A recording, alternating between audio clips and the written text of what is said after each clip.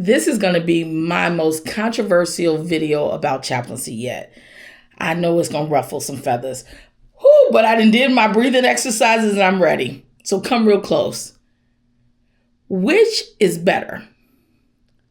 Hospital chaplaincy or hospice chaplaincy, especially if you're trying to build a career. So if you're new to my channel, welcome. My name is Leslie. I am taking you on the journey to becoming a chaplain. I'm making the types of videos that I wish I would have found over 2 years ago when I first started this journey.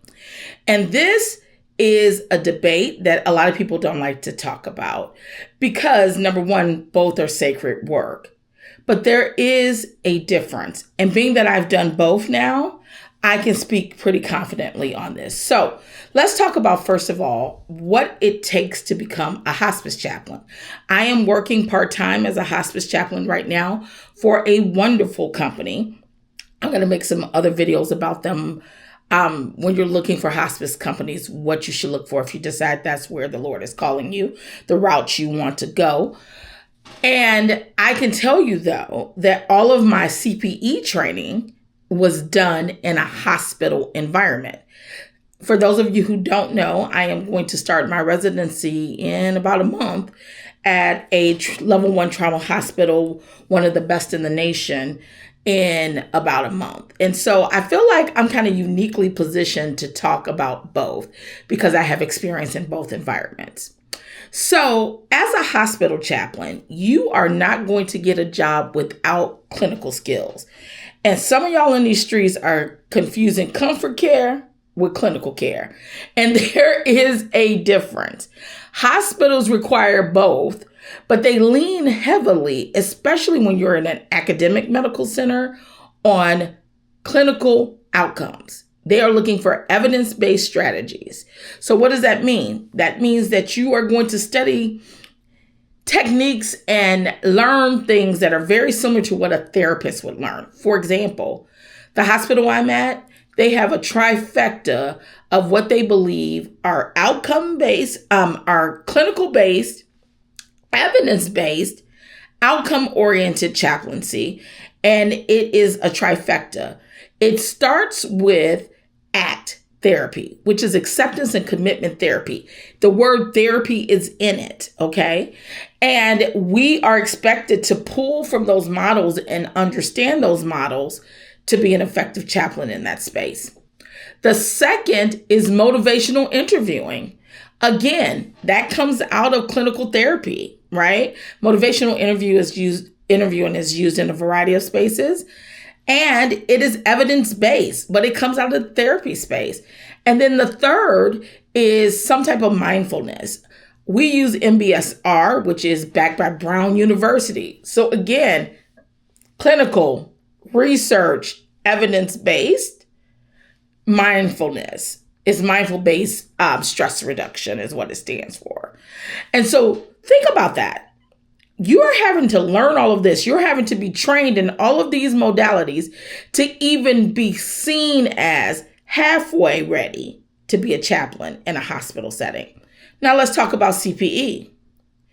If you're going to be a hospital chaplain, especially at a top hospital, they're going to require 4 units of CPE. We've talked about that on this channel before. So that is 1,600 volunteer hours, basically. Or if you do a residency like I'm doing, you can get paid a stipend for it. But it's 1,600 hours, 4 units.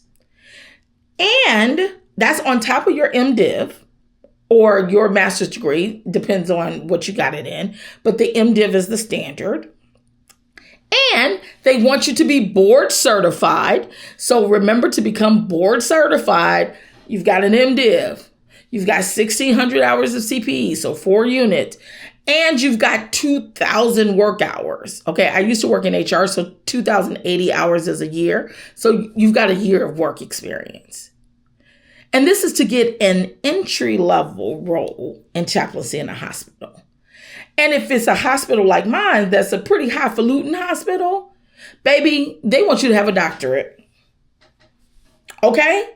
That in and of itself lets you know that there got to be a difference between hospital chaplaincy and hospice chaplaincy. So let's talk about what it takes to become a hospice chaplain. So right now, I told you I am working part-time, not PRN, part-time. So I'm regularly on the schedule, part-time hospice chaplain. And I was able to be hired for that role. Now, I just told you everything you needed to get an entry-level role as a hospital chaplain. As a hospice chaplain, I was able to be hired with that with just my master's degree and one unit. So that's 400 hours of CPE. And I was eligible and was hired. Okay, can we just start there? Now, y'all know I always take notes. So I got notes down in front of me because I don't want to miss anything. But the truth of the matter is there has to be a difference in terms of what is it that you're expecting me to do in this role that I don't have to have as much training as you do to be a hospital chaplain. Okay? I tell people that end-of-life care is just as important as curative spaces, right? More triage, because that's what I feel like it is in the hospital. It's not very longitudinal care, meaning long-term care in a hospital environment, because people are typically in and out of a hospital. But you can do some of it if you're in palliative or if you work in oncology, those types of spaces. But for the most part, people are in and out. It's really you coming in, doing spiritual ICU is what it's like in a hospital. But in hospice, you do have the benefit of walking with the patient and their family long term. But remember all those skills that we're learning, that I'm listed, all of those things you're learning? I got to be candid. I don't use that every day in this work as a hospice chaplain the way that I do when I am at the hospital.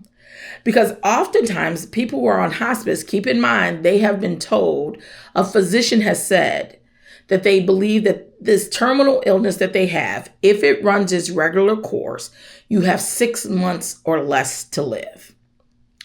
Oftentimes people come into hospice much later than they should, but that's a story for another day. So in terms of their functioning, it is very low. A lot of times people are very weak, oftentimes nonverbal. So you can't engage with them in terms of conversation and using all of these tools you have. What you're there for at that point is companionship to the patient. And if they had a specific faith tradition, to continue to offer some of those services to that patient. But the big point where I do see where I'm able to use some of my clinical skills in hospice is with the family. So if that person has family members who are their direct caregivers, I'm able to use some of the ACT therapy, the MBSR, the motivational interviewing to help them as they are adjusting to the transition of their loved one. But that ain't every day. I would say 70% of my work is with patients who, using the clinical skills that I have, will not directly impact their care in a way that would be beneficial to them. Which is also why I believe, now these are my opinions, and you can get saucy in the comments if you want to, but let's talk about it because I'm built for it. But honestly, I think that if you are a pastor and you are looking to transfer to chaplaincy, hospice is probably a better route for you to go. Because I use more pastoral skills, and I'm not a pastor, by the way, but I do have pastoral giftings, meaning I have shepherding gifts. I use more of that because of the longitudinal relationships in hospice than I do in the hospital. So you're going to do pastoral care. So you're going to serve sacraments. You're going to possibly read scripture. You're going to be involved in funeral and memorial services. Okay. Very natural for a pastor to step into those spaces. Whereas if you're in a hospital, may not be as natural for you to do that. Okay. So when we're thinking about hospice or hospital chaplaincy, it's not really one that's better than the other, but I do have to be honest about what type of skills you're going to need. And if one is more important to you than the other, I want you to be thinking about those things as you decide and try to discern which environment works best for you. Okay, let me check my notes. The other thing too is if I were trying to decide hospice over hospital, I would also add, do you really want longitudinal relationships? Like, do you want to walk with a person for a period of time? Does that make you feel fulfilled? Like, does that feel like, yeah, this is what I've been designed to do? Are you comfortable with death and dying? It kind of seems obvious, but not everyone is. Not everyone is. So are you able to see a dead body and not get ungrounded and dysregulated yourself day after day? Are you able to do that? Are you able to sit with people who are in deep, deep wailing grief? Because all of that is happening on the hospice side. And if you've been fashioned that way, you could be such a gift in that space. The hospital side of things, I would ask myself, do you like a faster pace? Do you want to do that kind of, like I call it, spiritual ICU, where I'm just here to put a bandage on this for now, to provide some solace in the moment, to get you to uncover some of your coping tools so that you can make it through this here situation right now and go on to the next? Do you like the diversity? That's another thing, because in hospice, it ain't no diversity. It really is not. Everyone's dying, okay? The diversity comes in by who they are as humans, obviously, and the disease that they're dying from. But death is the goal in hospice. In a hospital, I could go from literally a room where someone did just pass away to someone who just gave birth to triplets, and I'm there to bless the babies. We're celebrating, right? You never know what you're going to walk into when that pager buzzes in the hospital. So if that excites you, hospital chaplaincy might be the route to go. The last thing that I'm going to say is, let's talk about compensation. After saying all of that, you're going to get paid the same either way it goes. Hospital chaplaincy requires a lot, as I mentioned, but the pay is equivalent to what you're going to make in hospice. Matter of fact, you may make more in hospice with less credentials, okay, because you're getting paid for your mileage oftentimes, or you're given a company car, which will save you expenses. So I just think that both are sacred, but they do require a different skill set. And I'd love to hear what your thoughts. So like I said, I know this is controversial, but please share with me your point of view. What have you seen? What do you think about what I said? Share it in the comments, like, subscribe, share, all the things. And until next time, friends, grace and peace.